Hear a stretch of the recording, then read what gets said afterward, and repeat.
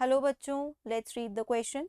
So the question over here says species diversity decreases as we move away from equator towards the pole. What could be the possible reasons?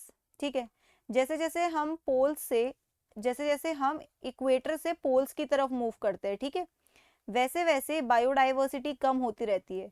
ऐसा क्यों है? तो जैसे जैसे हम equator से poles की तरफ मूव करते हैं कंडीशंस बहुत हार्श होती रहती हैं. ठीक है, सबसे पहली चीज डिक्रीज इन टेम्परेचर. जैसे जैसे पोलर रीजन की तरफ जाओगे क्या होगा? डिक्रीज इन टेम्परेचर होता रहेगा. Decrease in temperature in which only few species thrive.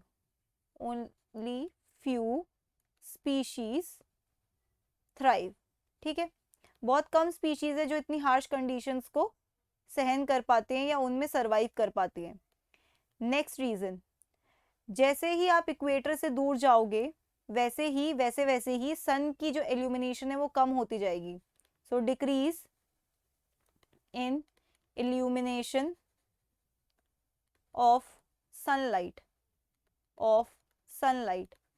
अब सनलाइट कम होगी तो सबसे ज्यादा कौन अफेक्ट होंगे? प्लांट्स अफेक्ट होंगे. Okay, so few vegetation.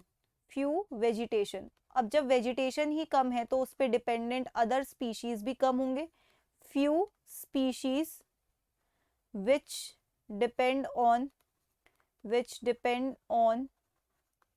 these limited vegetation. ठीक है, जो इस वेजिटेशन पे डिपेंडेंट होंगे उतनी ही लिमिटेड आपकी स्पीशीज वहां थ्राइव कर पाएंगी on these limited vegetation. Okay, third reason आप कह सकते हो precipitation is very low precipitation.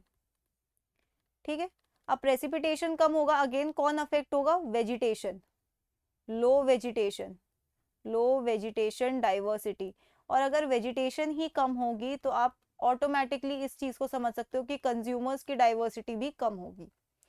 So that's it for the question. I hope you understood it well. Best of luck.